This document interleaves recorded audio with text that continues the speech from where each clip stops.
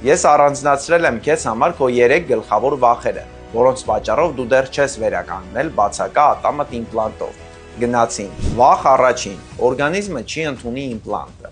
Իմպլանտը պատրաստվում է օրգանիզմի հետ լիովին համատեղելի նյութից՝ տիտանից։ Շնորհիվ նորագույն մեթոդների այն սերտաճում է ոսկրի 99% դեպքերում, առանց խնդիրների ու շատ կարճ ժամանակահատվածում, նույնիսկ քրոնիկ հիվանդությունների ժամանակ։ Վախ երկրորդ. իմպլանտացիան ցավոտ է։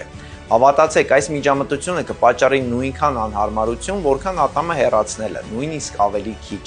Իմպլանտացիան իրականացվում է տեղային անզգայացմամբ։ Տևողությունը ցավազրկման հետ միասին մոտ 1 ժամ է, իսկ պատշաճ խնամքի ու իմցուցումներին հետևելու դեպքում այն ընթանում է առանց բարդությունների։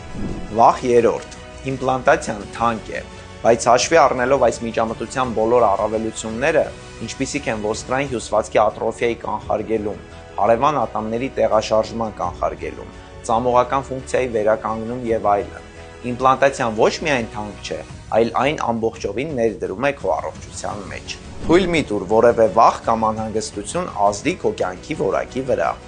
Հիշիր, հոգու առողջությունը սկսվում է մտքի պարզությունից, իսկ մարմնի առողջությունը առողջ ատամներից։